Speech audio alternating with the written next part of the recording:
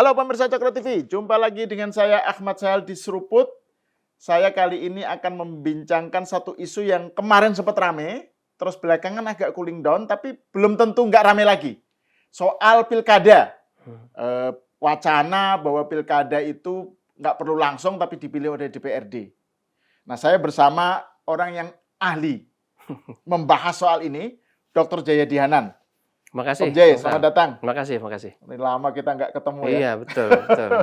Ada berapa bulan lah itu. Nah, ini saya kan beberapa hari lalu ya, minggu lalu kan baca tulisan Anda di Kompas Iya, tentang betul. 8 Januari. 8 Januari ya, tentang pilkada wacana tentang pilkada DPRD ini. Iya. Tapi kan belakangan per hari ini kan isunya cooling down ya, karena pemerintah terus Komisi 2 melalui menyatakan belum akan bahas pilkada. Iya, menyatakan itu nggak akan masuk di prolegnas, tidak masuk di RUU pemilu ya. Iya, betul. Jadi kesannya kayak itu nggak tahu apakah itu dibatalkan atau ditunda pembahasannya. Iya, betul. Jadi kayak padahal sebelumnya kan Sekjen Gerindra ya, Sugiono mengatakan bahwa pilkada langsung itu mahal, pokoknya berbiaya tinggi dan seterusnya. Terus ada pernyataan Bahlil dan lain-lain yang juga searah lah ya, bahwa pilkada akan diganti menuju pilkada oleh DPRD gitu. Ini kayak tadi kita bicara kemana? Koyang mulai, koyang mengakhiri. Iya, betul. Iya, benar. Nah, tetapi perkembangan terbarunya kan sekarang ada pergantian anggota MK ya. Iya, hakim MK yang akan pensiun. Hakim MK yang tiba-tiba sudah diputuskan siapa gitu, tahu-tahu diganti lagi. Ganti oleh Adis Kadir. Nah, itu. Nama yang cukup kontroversial kan. Sebelumnya karena terkait dengan demo tahun lalu, Agustus ya. Nah, ini kan kemudian orang berspekulasi lagi lah. Jangan-jangan ini terkait nih dengan soal pilkada, wacana pilkada oleh DPRD itu. Betul. Jadi saya ingin kita membahas ini, dan karena isunya terlalu banyak, jadi mungkin yang paling menurut Mas J paling urgen untuk dibahas itu apa gitu ya. Dan juga masalahnya apa sih sebenarnya gitu. Duduk perkaranya gimana gitu. Nah, tapi sebelum itu Bung Jay, saya pengen minta komentar Anda nih. Kan ada nyinyir ya, kenyinyiran terhadap protes atau kritik terhadap wacana pilkada oleh DPRD. Kritiknya itu kira-kira itu yang protes kan orang-orang yang dari lembaga survei. Itu konsultan. Yang protes itu kan kalangan konsultan yang mungkin aspek rezekinya lah gitu itu akan terhambat kalau pilkada oleh DPRD gitu. Jadi itu cuma soal cari makan. Nah, soal cari makan gitu. Gimana Anda mengomentari kenyinyiran semacam itu? Pertama soal cari makan, semua orang cari makan kan. Bung Sahal jadi host cari makan, ya kan. Yang jadi anggota DPR juga cari makan. Betul. Jadi itu sebetulnya. Dan itu kan anjuran Tuhan. Iya, kan? Gitu kan. Jadi profesi itu jangan selalu dikaitkan bahwa kalau itu kaitan dengan cari makan itu suatu yang hina gitu ya. Apalagi itu berbentuk profesi. Itu satu. Yang kedua, ya lihat aja yang protes tentang pilkada tak langsung itu kan bukan cuma lembaga survei kan, bukan hanya konsultan. Bukan hanya konsultan, itu para aktivis, para profesor, kemudian masyarakat, mahasiswa kan terlihat menyatakan ketidaksetujuannya. Bahkan partai politik kan, seperti PDIP, itu kan tidak setuju gitu. Mungkin kalau anggota koalisi itu tidak 7 partai, partai-partai di luar koalisi mungkin juga akan protes soal itu kan, seperti yang selama ini kita dengar. Itu yang kedua ya. Yang ketiga. Lembaga survei itu, terutama survei ya dikaitkan dengan pemilu itu kan menurut undang-undang adalah bagian dari partisipasi masyarakat. Jadi sah itu keberadaannya, bagian dari partisipasi masyarakat. Dan karena ada fungsinya kan, fungsinya untuk membantu pengembangan demokrasi, bukan hanya soal orang itu cari makan atau tidak gitu. Tapi gini menurut saya, kalau memang tujuan dari pilkada mengembalikan pilkada langsung ke pilkada tak langsung itu karena tidak suka lembaga survei, kan sederhana isunya, ya nggak? Kok jadi sumir gitu ya? Ya oke lah, anggaplah itu kan sederhana. Tinggal partai-partai politik, udah nggak usah pakai lembaga survei, kenapa sih? Gitu, nggak usah pakai konsultan sendiri aja, kan gitu. Kalau memang itu masalahnya gitu. Nah kalau memang itu, jadi alangkah kecilnya jadi isu yang sebetulnya sangat fundamental terkait dengan mandat rakyat, kedaulatan rakyat dalam pemilu, itu kok direduksi hanya dengan terkait dengan ketidaksukaan terhadap lembaga survei. Itu saya kira itu terlalu sumir isunya, terlalu menyederhanakan masalah. Itu kan jadi agak serangan tanggapan ad hominem ya. Iya, dari segi logika itu tidak apa namanya? Biasanya itu untuk ini, Bung, untuk apa ya? Istilahnya itu conversation stopper. Iya, betul. Jadi betul. kita supaya tidak terjadi diskusi yang substantif. Itu cara untuk membunuh kan lawan. Motifnya itu gitu kan. Iya. Jadi seakan-akan pokok soalnya jadi terabaikan gitu. Jadi dalam diskusi itu namanya killing the messenger. Padahal yang jadi isu kan message-nya. Gitu. Nah, message-nya bukan soal itu. Kita masuk ke message. Nah, ini. Jadi sebenarnya pokok persoalannya ini apa yang menjadi sumber bukan kekisruhan tapi concern dari banyak orang. Kan tadi ada bilang soal biaya mahal, ya kan? Itu yang salah satu argumen yang dikemukakan oleh pemerintah juga oleh Sekjen Gerindra sebenarnya. Terus tapi juga di luar itu ada soal money politics. Iya, betul. Ya, ini kan money politics macam-macam ini gara-garanya pilkada langsung, gitu kan? Coba kita bahas satu-satu ya. Pertama soal pilkada mahal ya. Pertama kalau bicara mahal itu ukuran mahal itu apa? Kalau ada seorang pegawai kantoran, dia perlu sepeda motor dan kemampuannya untuk beli sepeda motor, maka kalau dia beli sepeda motor mahal nggak? Lalu ada orang yang pengusaha atau pejabat atau apa, dia ke kantor pakai Alphard, mahal nggak tuh? Ya nggak? Jadi bagaimana kita membandingkan soal mahal atau tidak? Jadi itu kalau misalnya orang yang berkantor menggunakan Alphard, dan kita tahu banyak anggota DPR berkantor pakai Alphard kan? Atau mungkin lebih. Ya. Kalau dia bisa melakukan argumen bahwa memang itu membantu dia menjalankan fungsi. Kalau memang itu diperlukan untuk menjalankan fungsinya, maka itu menjadi tidak mahal. Itu efektif sifatnya. Itu. Jadi kan ada biaya untuk sesuatu yang kita kerjakan. Nah, biaya itu dianggap efektif, tidak mahal kalau dia tidak berlebihan. Ya, misalnya pakai baju. Kalau bagi kita, mungkin saya kali ya, baju 100-200 ribu atau 300 ribu, seperti di salah satu outlet itu kan mungkin cukup. Tapi bagi orang lain dia perlu batik yang harganya 6 juta, 10 juta gitu ya. Jadi tingkatnya beda-beda, itu satu. Yang kedua, jadi definisi mahal itu maksud saya sangat relatif. Yang kedua, kalau memang diperlukan seperti pilkada, pemilu untuk kedaulatan rakyat, ya harus disediakan biayanya, gitu. Nah, yang kedua, berapa sih biaya pilkada? Ya nggak? Oke, yang terakhir deh, yang katanya yang paling mahal, pilkada 2024 yang serentak semuanya. Itu kalau kita lihat ada beberapa angka, ada yang bilang 37, ya, ada bilang 31, 3T ya. Oke, digabungan aja. Kita gedein. Sekitar 40T. 40T. Ingat pilkada itu sekali dalam 5 tahun. Ya kan?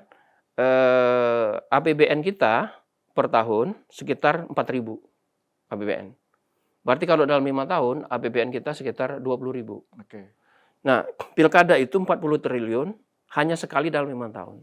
Berarti kalau kita bandingin pilkada dengan APBN 40 triliun berbanding 20.000 triliun itu 0,2%. 1% dibagi 5. Mahal nggak tuh? Gitu. Lalu bandingkan itu dengan anggaran yang lain. Misalnya pilkada, coba bandingin dengan anggaran DPR. Anggaran DPR yang tahun lalu 2025 sekitar 9,8 atau 9,7 triliun gitu. Kita anggaplah 10, digedein dikit. Berarti DPR dalam waktu 5 tahun itu 50 triliun di anggarannya. Bandingin sama anggaran pilkada yang per 10 triliun. Mahal nggak tuh? Anggaran 10 triliun DPR dibagi 580 orang. Anggaran pilkada yang 40 triliun dibagi 200 juta pemilih. Berarti satu orang itu kurang dari 200.000. Jadi membiayai kedaulatan rakyat untuk memilih di daerah, pemimpin daerahnya itu, setiap rakyat itu dibiayai sekitar 200.000, 180.000. Per 5 tahun? Per 5 tahun. Mahal nggak tuh? Itu kalau bicara mahal. Oke, kita juga bicara soal mahal Karena ya katanya bukan soal itunya, bukan soal anggaran resminya, tapi soal seperti tadi ada money politik segala macam. Nah, pertanyaannya adalah money politik itu boleh apa enggak? Money politik, vote buying, money politik kan macam-macam. Ada katanya ngasih uang ke pemilih, tapi saya dengar yang paling banyak bukan itu. Yang paling banyak itu untuk bayar kursi di partai, untuk menjaga suaranya ke penyelenggara pemilu. Kan banyak penyelenggara pemilu kena hukum. Ya, ada oknum-oknumnya yang banyak kena hukum kan, kita tahu. Itu yang katanya sangat mahal, menjaga pengamanan dan segala macam gitu. Nah, semua itu kalau yang dirangkum dalam istilah money politics, itu kan jelas di undang-undangnya tidak boleh. Dilarang kan? Nah, pertanyaannya, kalau itu dilarang, kenapa partai politik calon-calon anggota DPR tetap melakukannya, ya kan? Itu berarti kan mereka sama-sama melanggar hukum. Lah, kalau persoalan money politik persoalan pelanggaran hukum, itu berarti tetap terjadi kalau satu ada pelakunya, dalam hal ini partai politik dan calon-calon anggota ya kalau itu seperti yang diungkapkan, maka itu berarti persoalan pertama adalah penegakan hukum.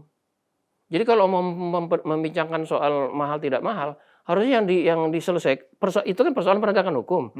Solusinya bukan pilkadanya dihapus dong. Solusinya penegakan hukumnya yang dibenerin gitu. Cuma memang kan itu lebih sulit, lebih rumit gitulah. Ya. Padahal anggota politisi kayaknya nggak mau pusing-pusing. Ingat nggak pernyataan Pak Bahlil waktu dia menyatakan di depan Presiden Prabowo waktu ulang tahun Golkar ya, kan sejak itu isunya mencuat. Akhir tahun lah pokoknya, bulan November atau bulan apa itu. Dia mengatakan nanti pilkadanya kita aja pakai DPRD aja, biar kita nggak pusing-pusing. Coba deh, seingat saya gitu ya kata-kata. Lalu ditimpa oleh Presiden Prabowo kan setuju. Jadi mereka nggak mau pusing. Ya memang. Nah pertanyaannya bagi kita, kalau nggak mau pusing, kenapa mau jadi politisi? Kalau nggak mau pusing, kenapa ngurus negara gitu? Kalau nggak mau pusing, jangan ngurus negara, ngurus jet pribadi, ngurus perusahaan pribadi saja gitu. Itu yang bisa kita lihat. Jadi ada persoalan penegakan hukum, tapi di bypass gitu, dihilangkan saja. Artinya taruhlah misalnya masalahnya itu memang konkret ada real, tapi cara penyelesaiannya salah gitu ya. Kita akui ada persoalan pembiayaan itu, kita tahu itu. Tapi kita kan pernah melaksanakan pilkada lewat DPRD juga. Di era dari 99 sampai 2004. Pilkada lewat DPRD itu kan sejak Orde Baru sebenarnya. Itu kan desain Orde Baru. Cuman Orde Baru udahlah kita nggak usah bicarakan karena itu semua direkayasa kan. Yang seperti ada pemilihan itu kan antara 99 sampai tahun 2004 gitu. Sebelum Undang-Undang Dasar 45 itu sebelum selesai diamandemen, kan selesai 2002. Waktu itu pemilihan lewat DPRD. Isu mahal, itu di mana-mana ada. Saya sekitar tahun 2001 awal, itu melakukan penelitian untuk tesis saya di Ohio University. Tentang itu, tentang pilkada. Saya menemui bupati yang terpilih, saya juga menemui mantan-mantan calon bupati, wawancara. Apa komentar mereka? Si bupati yang bilang ke saya, ini tahun 2001 ya, lama sekali. Dia bilang, setiap hari kita harus siap melayani DPRD. Bahkan ada istilah itu, saya masih ingat betul. Itu bahkan kalau yang terkait anggota DPRD itu kucingnya mau ulang tahun, itu nelpon bupati. Gitu. Maksudnya untuk jadi tiap hari tuh menservis gitu. Itu keluhannya. Juga keluhan biaya mahal. Beli kursi berapa per kursi, ada harganya segala macam.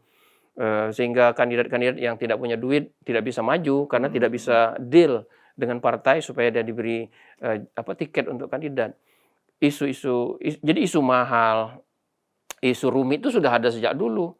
Kemudian isu sangat tergantung DPRD menjadi kepala daerah menjadi sangat tergantung pada DPRD dan seterusnya itu juga terus ada sejak dulu. Nah, kalau mau dikembalikan itu kan tidak menyelesaikan masalah. Nah, ini Bung Jai, kan ini ada dua hal nih soal kaitannya dengan mahal itu ya. Pertama, mahal dari aspek penyelenggaraan.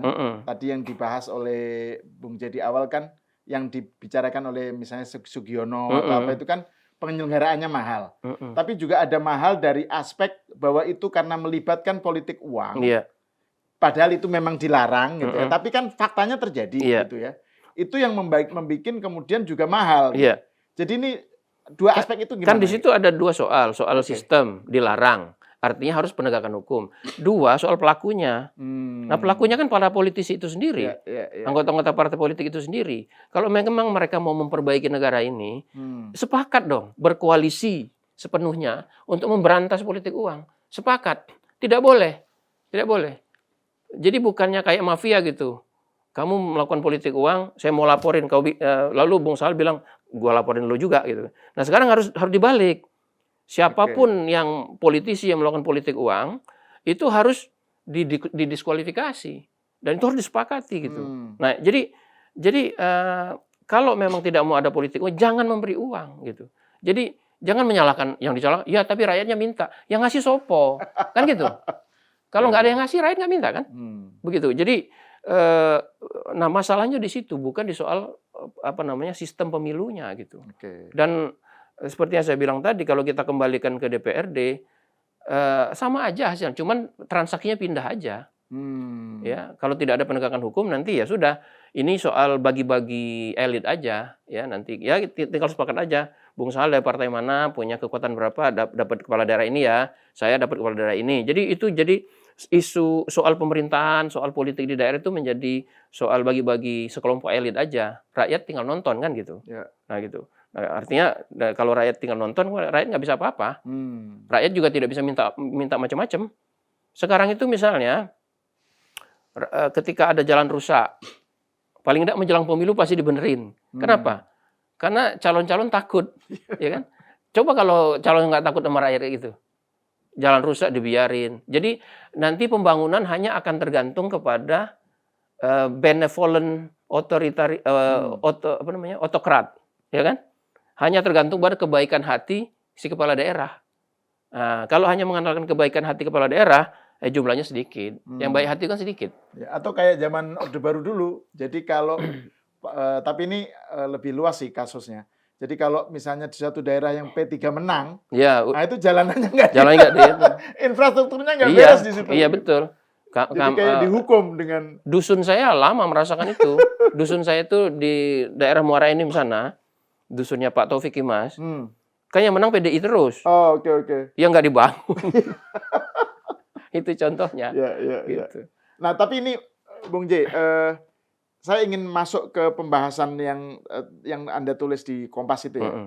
Jadi ini, tadi kan kita bahas soal bahwa kalau masalahnya itu politik uang, ya itu harusnya penegakan hukum yang dijadikan sebagai patokan. Gitu ya. Alasan berikutnya itu hanya memfasilitasi orang-orang berduit atau orang-orang populer. Nah, karena itu pilkada langsung harus dihapuskan, gitu kan? Nah, itu juga menurut saya salah. Itu argumen yang aneh. Karena pertanyaannya, siapa yang nyalonin kepala daerah, ya kan? Yang nyalonin kepala daerah itu partai politik. Jadi sebetulnya walaupun pilkada kita itu langsungnya itu tidak 100% rakyat yang milih itu. Karena kan kandidat-kandidat yang dipilih rakyat itu sudah dipraseleksi kan. Jadi mereka itu hanya selected options. Opsi-opsi yang sudah ditentukan. Jadi ibarat menu itu bebas tapi terbatas. Gitu. Boleh makan sekenyang-kenyangnya tapi satu mangkok bakso dibagi 3 misalnya kan. Kayak itulah. Jadi calon-calon kepala daerah itu diseleksi oleh partai-partai politik. Jadi kalau mereka jadi itu persoalan di sistem seleksi. Kalau persoalan di sistem seleksi, maka sistem seleksinya dibenerin. Bukan pilkadanya yang dihapus. Iya, sistem seleksi itu artinya menyangkut soal tadi. Iya, sistem pencalonan, parpol segala tadi iya, itu ya. Yang menyeleksi calon parpol. Memang ada calon independen. Memang ada. Ya, itu juga satu penjaga supaya tidak semuanya termonopoli oleh partai. Tapi kita harus akui calon independen itu sedikit jumlahnya. Sangat sedikit. Kenapa? Sulit sekali untuk jadi calon independen. Kan ada banyak sekali persyaratan yang harus dia penuhi. Mulai dari KTP yang harus dia kumpulkan, kemudian tentu saja biaya kampanye, Apalagi kemudian kalau wilayah pertarungan sudah dikuasai partai politik kan makin susah. Jadi susah sekali untuk calon independen muncul. Maka seleksi calon sepenuhnya sebagian besar itu tergantung kepada partai politik. Kalau ada calon yang hanya berduit yang muncul, itu berarti yang mencalonkan siapa kan? Partai politik.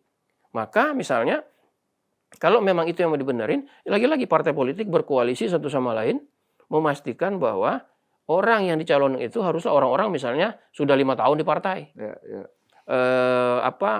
Kalau dia dianggap berpotensi segala macam tapi tidak punya duit, partai yang nyiapin duitnya.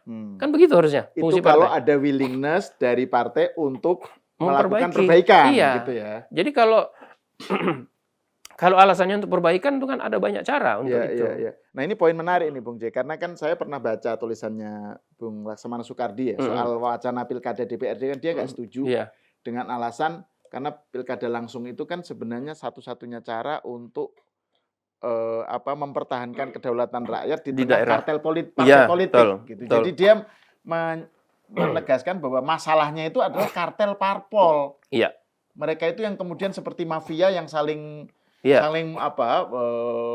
menjaga gitu ya supaya itu aman kekuasaannya pada mereka. Kartel itu tidak suka dinyinyi rakyat. Iya. Kalau rakyat punya hak pilih, rakyat bisa nyinyir. Nyinyirnya rakyat nggak bisa diabaikan kalau dia punya hak pilih. Ya, nah itu menurut Laksamana Soekardi itu justru pemilihan langsung itu adalah cara untuk membecah kebekuan ini. Iya, gitu. Betul. Jadi kalau mau mencari perbaikan itu harus soal kartel ini yang diselesaikan dulu. Gitu. Iya, bukan malah sistem pemilunya yang dihapuskan, bukan. Jadi cara mengelola proses politik di antara elit politik itu yang harus dibenerin. Yang dalam bahasa yang sederhana itu sangat oligarkis. Sangat kartelistik kan gitu. Nah, kalau kartelistik ya kita semua tahu kartel kan hanya pengen bagi-bagi di antara mereka aja. Dia tidak mau ada pemain baru, kartel itu tidak mau ada yang nyinyirin dari luar gitu. Nah, jadi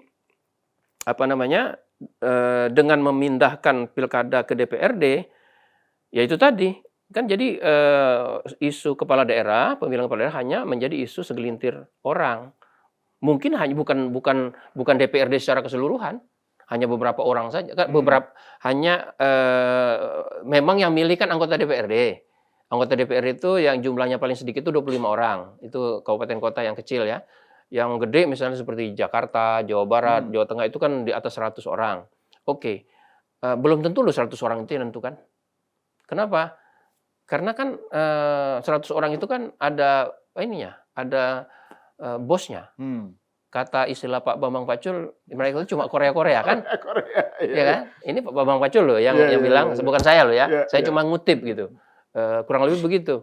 Jadi saya tidak perlu ngomong menurut keyakinan saya kan. Jadi misalnya ada 6 partai, 7 partai, 8 partai di situ. Yang anggota-anggota DPRD itu kan dia mengambil keputusan untuk hal-hal yang sangat penting seperti kepala daerah itu, pasti dia mendapatkan instruksi atau harus berkonsultasi kepada ketua partainya atau ketua fraksinya. Nah, kalau soal itu yang harus dibenahi, itu mulainya dari mana? Nah, jadi isu pemilu, pilkada memang tidak bisa dilepaskan dengan isu sistem politik secara keseluruhan. Apa yang juga penting? Hulunya partai politik. Kalau partai politiknya nggak demokratis, ya nggak bisa. Ya kan? Salah satu problem partai politik kita kan tidak demokratis. Satu. Yang kedua, partai politik kita itu electoral parties. Jadi dia ada hanya karena pemilu. Jadi padahal fungsi partai politik itu kalau pakai teori Alan Sharoff itu kan dia ada 3 wajah yang harus ada terus. Wajah di pemerintahan, wajah di organisasinya sendiri, wajah di masyarakat. Jadi partai politik itu bermainnya di 3 wilayah ini. Kita yang ada sekarang itu hanya ada di pemerintahan. Kan partai hanya terlihat kegiatan di pemerintahan. Di luar pemerintahan nggak ada. Yang terkait dengan pemerintahan ada dimulai adanya pemilu kan. Ya, maka partai kita hanya partai 5 tahunan. Apalagi kan pemilunya baik daerah maupun nasional digabung dalam 1 tahun yang sama sekarang ini. Jadi isu selain isu money politik, isu penegakan hukum dan sebagainya itu, isu pilkada juga terkait dengan pembenahan politik secara umum di Indonesia. Isu terkait dengan undang-undang partai politik, juga terkait dengan yang lebih umum political financing, pembiayaan politik gitu. Lalu juga terkait dengan nanti dengan undang-undang keterbukaan informasi publik. Lalu terkait juga dengan ketentuan soal susunan dan kedudukan DPR, DPRD, MPR, DPR, DPD dan DPRD. Jadi lalu juga terkait dengan undang-undang dengan desentralisasi. Reformasi 99 itu menjanjikan negara ini tidak akan lagi dikelola secara terpusat, ya kan? Nah, demokratisasi yang merupakan hasil dari reformasi 98 itu, kan dia menjanjikan satu hal, yaitu demokratisasi. Demokratisasi itu ada 2 sisi, horizontal, vertikal.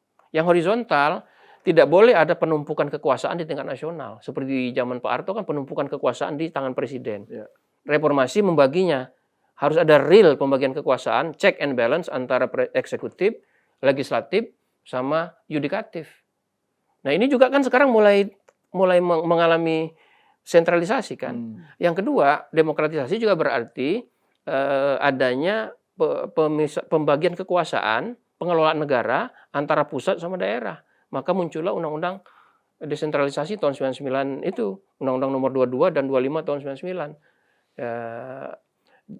Salah satu bentuk desentralisasi itu adalah desentralisasi politik. Rakyat di daerah diberi kesempatan untuk memilih pemimpinnya sendiri supaya dia bisa menentukan arahnya. Nggak cuma dikasih tahu oleh pusat gitu. Nah, kalau ini diambil, maka sudah habis itu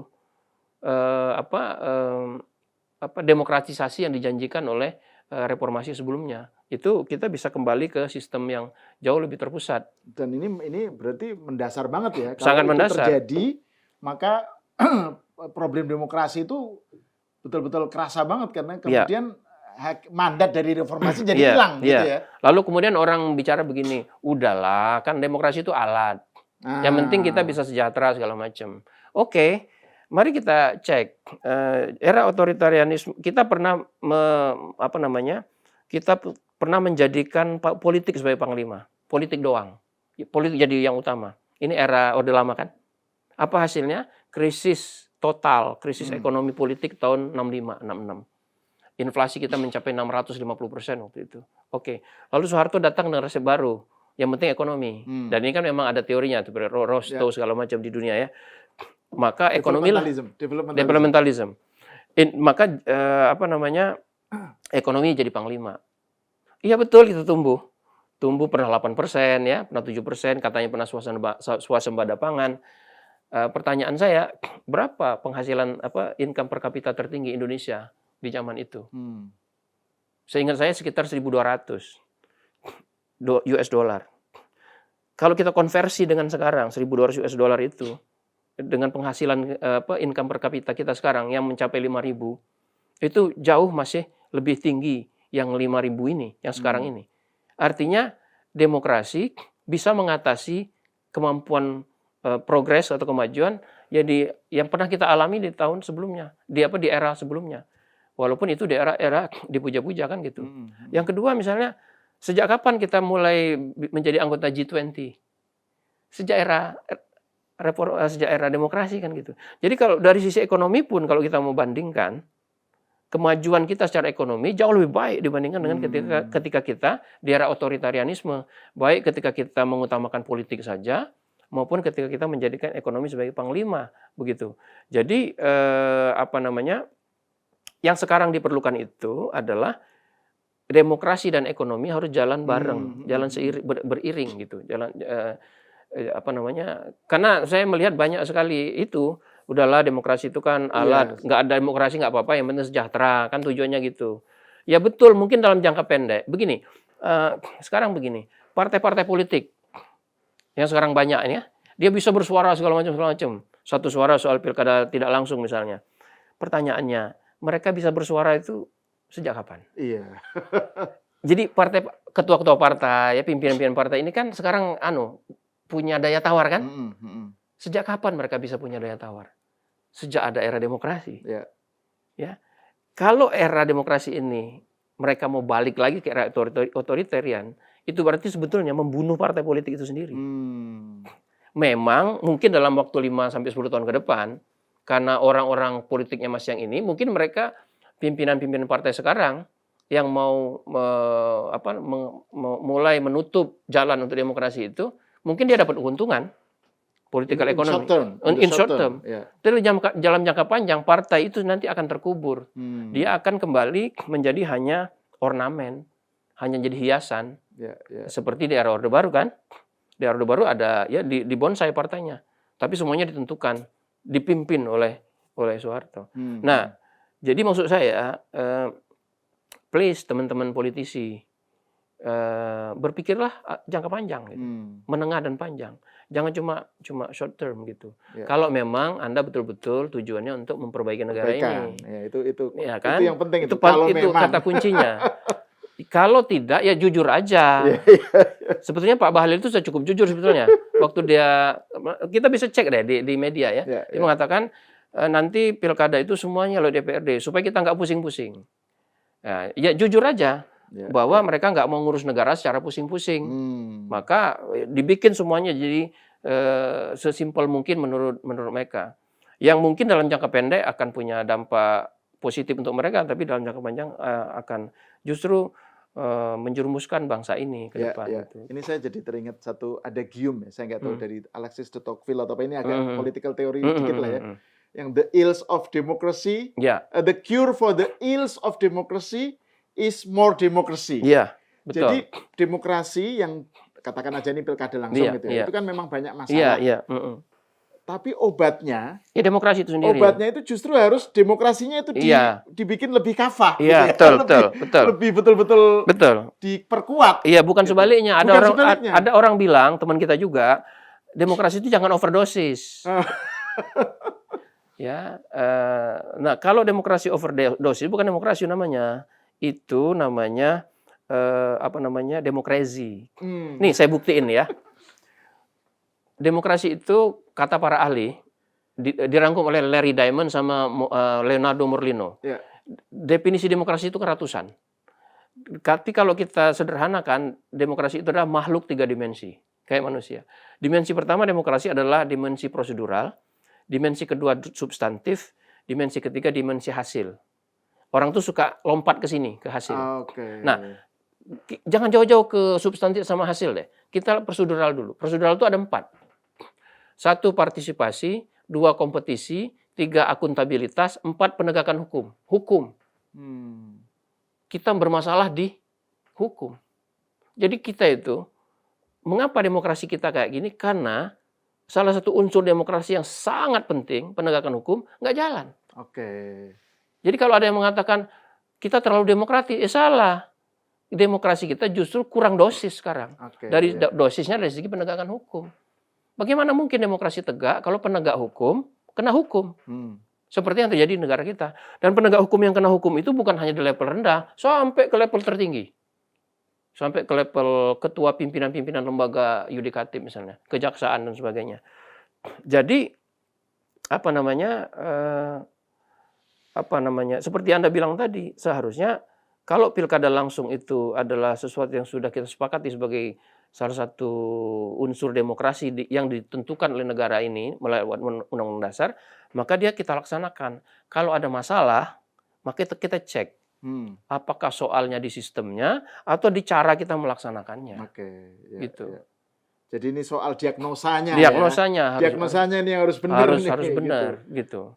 Nah itu Bung J, ini saya pengen masuk ke poin-poin yang Anda bahas di tulisan itu ya. Jadi ini dengan anggaplah memang ini demokrasi melalui pemilihan langsung itu banyak masalah.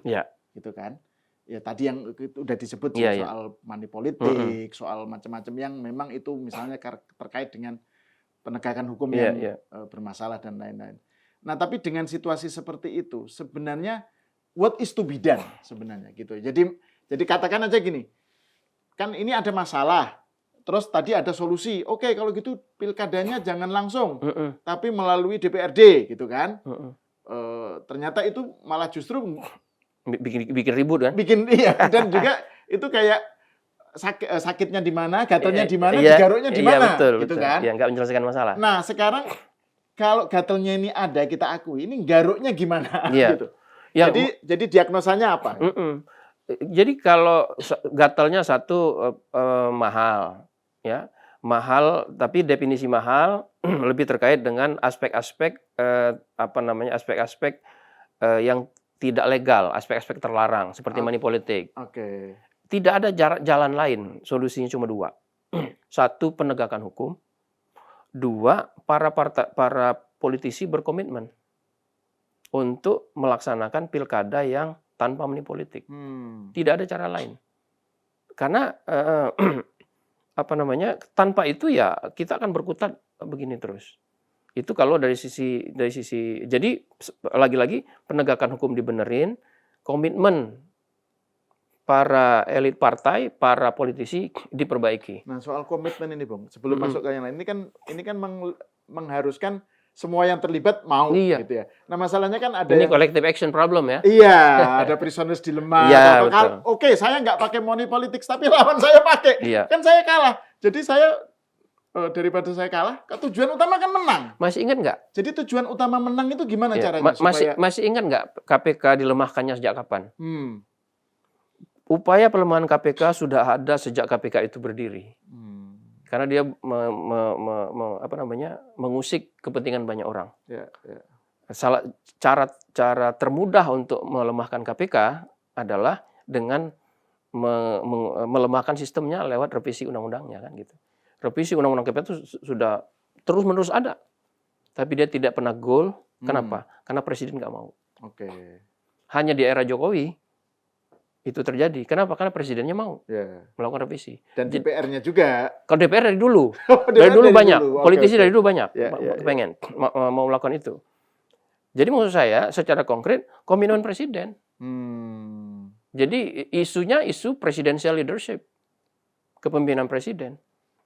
Nah, cuman masalahnya soal pilkada ini kita dari awal dengar bahwa ini keinginan presiden. Pak Prabowo memang dari dulu dan itu dinyatakan dengan lugas di publik oleh beliau. Begitu. Nah, tetapi presiden kan sudah berjanji, bersumpah akan menjalankan Undang-Undang 1945 dengan pokoknya sebenar-benarnya lah gitu ya. Murni dan konsekuen lah. Pakai istilahnya Orde Baru. Iya, Undang-Undang dasar kita itu jelas kedaulatan di tangan rakyat. Ya kan? Berarti presiden harus dengar rakyat. Harus dengar rakyat. Gitu. Jadi kalau kita bicara what is to be done in the practical level, dia harus dimulai dari presidennya. Gitu. Kalau tidak ya, apalagi sekarang kan, partai-partai politik takut semua sama presiden. Ya kan, semua mau samikna wa atona sama presiden. Koalisinya 91% kekuatannya. Itu kayak koalisi partai itu kayak partai tunggal tuh. Apa aja jadi kan gitu. Koalisi itu sekarang kalau mereka melakukan hal-hal yang tidak sesuai dengan publik hanya berhadapan dengan publik. Plus mungkin PDIP. PDIP pun ya sulit kan karena cuman 19%. Bisa di bypass saja. Apalagi ada pertimbangan-pertimbangan lain gitu. Jadi reformasi penegakan hukum, kemudian komitmen para politisi, dan komitmen presidennya. Lalu setelah itu baru kita bisa teruskan ke tingkat yang lebih teknis kan. Revisi undang-undang partai politik, revisi undang-undang pemilunya, revisi mensinkronkan antara pilkada sama pemilu, dan seterusnya. Dalam konteks ini MK sudah kasih jalan. Dalam konteks yang lebih praktis ini, MK sudah bilang kan dengan keputusannya yang terakhir soal pemilu, bahwa pilkada itu adalah rejim pemilu. Ya kan? Nah, maka pemilu itu supaya lebih desain sistem politik kita ke depan lebih presidensial, lebih efektif, pemilu dibagi menjadi dua, yaitu pemilu nasional dan pemilu daerah atau pemilu lokal, kira gitulah. Pemilu nasional itu presiden, DPR, DPD, pemilu lokal itu kepala daerah dan DPRD. di provinsi dan di kabupaten kota. Itu kan yang sudah jelas.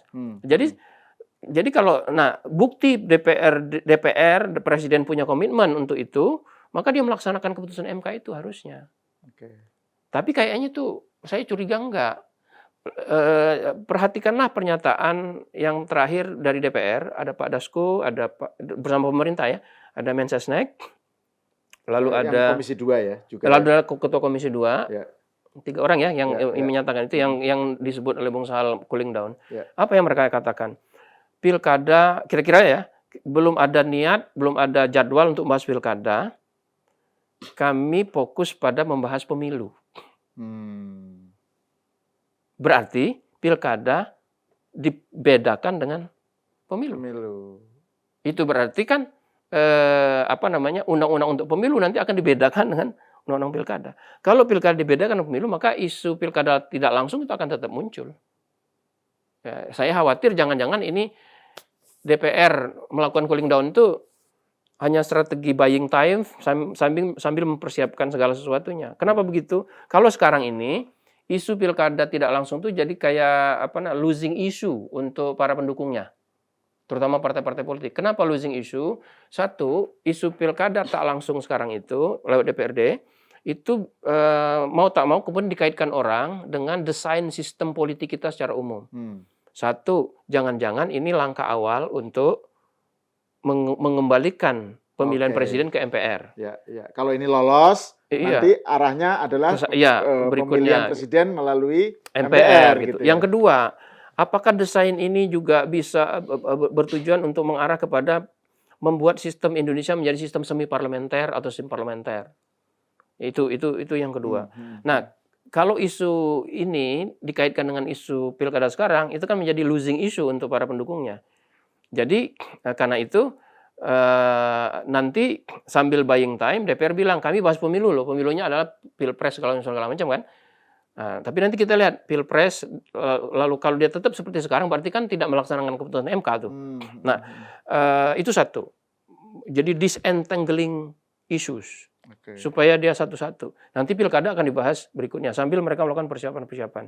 Yang kedua saya kira, makanya itu sebelum yang kedua, makanya Titi Anggreni dari Perludem kan bilang kenapa nggak disatukan aja itu antara UU Pilkada dengan UU Pemilu gitu harusnya ya. gitu. Pilkada kan pemilu juga. Pemilu. Kenapa dipisah? Ya, MK bilang begitu. MK pilkada itu pemilu. MK ya, oke. Gitu.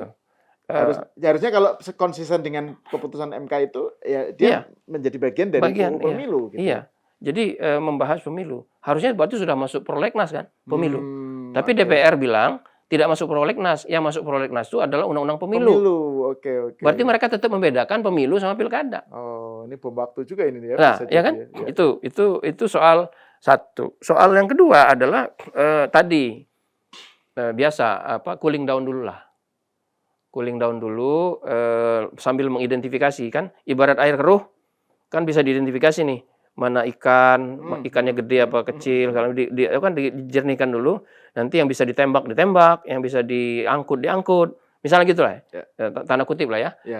Ini metafor aja ya. Ini menurut keyakinan saya. Begitu.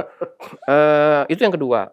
Nah, yang ketiga, kalau misalnya isu pilkada tidak langsung itu tetap diteruskan dan secara formal ketatanegaraan mudah bagi DPR untuk meloloskan undang-undang itu. Karena ada 91% yang akan setuju kan. Kekuatan koalisi kan semuanya 7 partai itu 91% kekuatannya di DPR. Jadi mereka dengan mudah bisa secara formal membypassnya. Kalau itu kemudian berhasil diloloskan sebagai undang-undang, itu berarti kan mereka berhadapan dengan publik. Publik umumnya kan menentang. Ya. Setidaknya menurut sejumlah survei dan sampai beberapa waktu terakhir, sampai akhir tahun lalu, jumlah yang menginginkan pemilu kepala daerah dipilih langsung itu di atas 92%. Oke. Itu berlangsung sejak tahun 2012. Jadi survei yang saya ingat pertama, survei nasional di LSI ini yang menanyakan kepada publik apakah pilkada langsung atau tak langsung, itu dari tahun 2012. Di tahun 2012 di LSI datanya 87% pengen pilkada langsung. Fast forward ke tahun 2025, itu yang menginginkan 92 sampai 94%. Kalau menginginkan presiden dipilih langsung 94%. Artinya publik menganggap itu yang paling cocok untuk mereka. Nah, ininya apa, Bung J? Alasan-alasan dikemukakan publik di ini nggak ada di survei itu kenapa suka pilkada langsung? Gitu? Lebih demokratis, Oke. ya, lebih membuat rakyat bisa mengontrol pemerintahan, apa namanya, meskipun ada apa namanya, rakyat juga mengakui bahwa potensi transaksinya ada, gitu ya. Tetapi itu yang menurut mereka lebih demokratis, lebih cocok dengan sistem pemerintahan kita dan seterusnya. Nah, artinya kalau undang-undang ditetapkan berhadapan dengan publik, lalu publik nggak punya punya dua alat dong, protes sama ke MK kan, gitu. Protes mungkin bisa diatur lah, bisa mungkin setelah sekian misalnya 6 bulan 7 bulan bisa dikondisikan oleh aparat supaya protes tidak terlalu besar misalnya. Lalu publik melakukan judicial review ke MK misalnya. Nah, bagaimana menjamin supaya judicial review di MK-nya tetap lolos undang-undangnya? Ya, MK-nya disiapin. Ya, makanya kemudian muncul spekulasi tentang pergantian hakim MK ini yang tiba-tiba kok diganti dengan banyak orang curiga. Kita meleng dikit atau diganti gitu. Banyak orang mengaitkan dengan soal banyak orang curiga itu untuk mempersiapkan MK supaya keputusan-keputusan DPR yang di judicial review oleh publik minimal oleh 3 orang anggota hakim MK yang dari DPR itu bisa dibela gitu lah. Gitu. Kan nanti kan dari DPR 3 membela keputusan DPR. Presiden pro pilkada tak langsung. Kan ada 3 wakil yang ditunjuk presiden, yang lewat presiden di MK. Kalau 3-3-nya sudah bisa, berarti kan ada 6. Gitu. Katakanlah tidak semuanya, mungkin 5 atau 4, tambah yang lain. Jadi saya kira publik mulai curiga tuh dengan termasuk saya ya, kita curiga jangan-jangan ya tanpa Mbak Bibu tahu-tahu Innocentius Samsul yang tadinya sudah ditetapkan sebagai hakim MK pengganti Profesor Arief Hidayat yang pensiun segera. Belum lagi Profesor Arief Hidayatnya pensiun dan dia bertugas sudah diganti. Ya, dengan proses yang super cepat. Super cepat kayak super flu lah, ya, super cepat. Itu menimbulkan kecurigaan karena dia diambil kebijakannya dalam suasana kita barusan ribut-ribut isu soal pilkada tak langsung. Dan itu dalam suasana DPR tampaknya melakukan cooling down terhadap isu ini. Nah, itu saya kira yang karena itu saya kira ya publik nggak boleh diam. Gitu. Nah, ini mungkin bagian akhir dari obrolan kita, Bung J. Jadi closing remarks lah. Jadi dengan kondisi seperti itu, gimana Bung J melihat kayak semacam apa ya? Jadi what is to be done-nya lah ya. Saya kira gini ya. Pertama, konstitusi kita itu jelas bahwa kita memilih jalan sistem demokrasi presidensil. Itu. Jadi kalau misalnya tidak puas dengan jalan ini, maka ayo ditanya ke rakyat, diproses, gitu kan, dengan segala argumennya. Tapi lakukan kajian, jangan hanya karena alasan-alasan nggak suka sama lembaga survei, misalnya, nggak suka sama konsultan, gitu,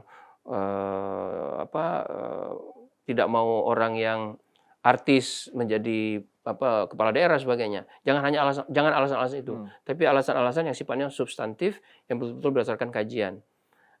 Diubah undang-undang dasarnya. Kita lihat rakyat setuju apa enggak, kan gitu.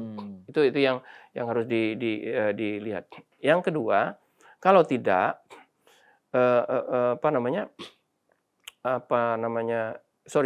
jadi konstitusi kita sudah menyepakati menetapkan bahwa sistem kita sistem demokrasi presidensil. Memang betul di soal pemilihan kepala daerah konstitusi tidak menyebut seperti pemilu presiden, ya langsung ke ke rakyat. Tetapi demokratis yang ada di Undang-Undang Dasar 1945 itu pertama sudah diterjemahkan, ditafsirkan oleh MK sebagai memilih secara langsung seperti memilih presiden. Ini menjawab argumen yang bilang bahwa pilkada DPRD melalui DPRD itu sama kok demokratis, tapi dia perwakilan gitu ya. Betul. Itu basisnya kan kalau di Betul. UUD kan bilangnya hanya demokratis gitu kan. Nah, jadi ini kan juga demokratis. itu kemudian perlu ditafsirkan kan. Nah, tafsir yang sudah disampaikan MK adalah bahwa memilih secara langsung. Meskipun tidak secara perbatim MK mengatakan begitu, tapi fakta bahwa MK memasukkan itu sebagai pemilu, lalu bahwa pemilu nasional, pemilu dibagi dua menjadi nasional dan lokal atau daerah, itu menyatakan bahwa memasukkan pilkada ke dalam pemilu langsung. Maka pilkada harus langsung. Itu terjemahan yang paling cocok dengan interpretasi MK. MK itu kan the sole interpreter of our constitution, sekaligus juga the guardian of our constitution. Itu secara konstitusi. Katakanlah ada saingannya tafsir konstitusi ini, seperti yang diyakini oleh banyak ahli hukum tata negara juga, bahwa memang keputusan MK juga ada yang mengatakan lewat DPRD juga demokratis, ada ya.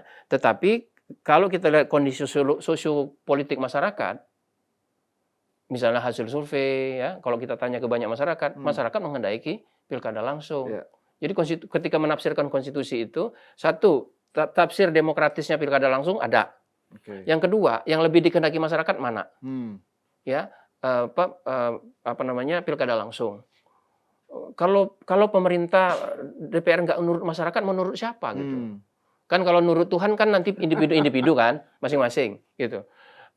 Yang ketiga, dari sisi pendekatan politik, teori politik, pilkada langsung itu lebih mendekati, lebih demokratis dibandingkan dengan pilkada lewat DPRD. Kecuali kita mengubah sistem kita menjadi sistem parlementer. Ya. Mengapa itu gini? Kunci dari kata demokratis itu adalah demos. Artinya dalam penyelenggaraan negara itu sebetulnya rakyat yang punya kedaulatan untuk memerintah, rakyat yang menjalankan pemerintahan. Itu teori dasarnya demokrasi itu. Rakyat yang punya kedaulatan, rakyat juga yang menjalankan. Nah, kalau power atau kedaulatan itu sekaligus juga untuk menjalankan pemerintahan sehari-hari, maka demokrasi langsung. Demokrasi langsung itu artinya rakyat yang langsung ambil kebijakan, jalan di mana dibangun, anggaran berapa, gitu loh. Seperti meskipun tidak 100%, seperti di Dewan Eklesia di Yunani kuno, di negara polis. Dan itu kan sudah nggak ada lagi. Betul. Tidak bisa. Tidak praktis lah sekarang. Tidak mungkin. Jadi mau tidak mau sekarang itu kita melaksanakan demokrasi tidak langsung. Kalau ada demokrasi tidak langsung berarti harus ada mekanisme pemberian mandat. Gini, demokrasi tidak langsung mensyaratkan ada wakil. Karena yang mengambil kebijakan wakil-wakil. Menurut Pancasila, wakil-wakil itu harus mengambil kebijakan dipimpin oleh hikmah dan kebijaksanaan. Apa itu artinya? Kalau menurut saya, hikmah dan kebijaksanaan yang dimaksud adalah dia betul-betul mementingkan kepentingan rakyat.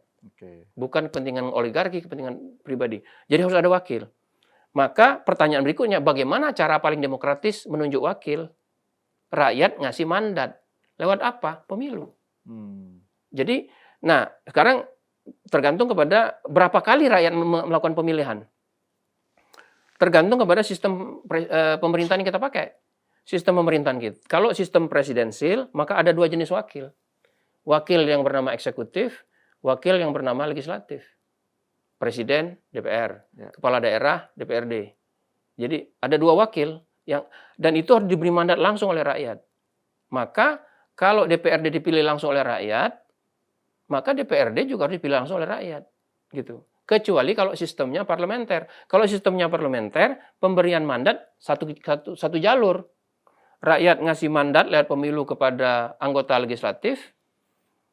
Anggota legislatif nanti bermusyawarah sesama mereka, tanda kutip ya, untuk menunjuk di antara mereka menjadi kepala daerah, menjadi presiden, menjadi perdana menteri kalau dalam istilah parlementer. Gitu, itu konsekuensinya. Jadi karena itu menurut saya, kalau diganti parlementer berarti harus mengubah undang-undang itu. Undang-undang dasar lagi. Jadi itu yang tadi Bung J bilang tadi ya. Rumit jadinya. Harus kembali ke ke rakyat. Jadi itu saya kira yang harus dilakukan. Nah, yang terakhir, yang ketiga adalah marilah kita diagnosis problem yang kita hadapi itu sesuai dengan sumber masalahnya apa, kemudian solusinya apa, gitu. Yaitu jangan kembali ke ada gium kita di awal tuh, jangan gatal di kepala, digaruknya di kaki gitu. Begitu. Ya. Oke, saya kira ini memang cooling down ini tidak boleh membuat kita terlena. Tidak, gitu ya. Dan Cokro tampaknya tidak terlena. Tidak terlena. Dan juga kan sebenarnya kan ini juga lepas dari soal apakah ini akan menjadi isu lagi atau enggak, persoalan ini kan juga persoalan fundamental bangsa. Iya, menarik dari segi ilmu politik gitu, dan memang soal fundamental. Gitu. Oke, terima kasih Mr. Jayadi Hanan, dan pemirsa sampai di sini dulu, kita berjumpa lagi di episode selanjutnya.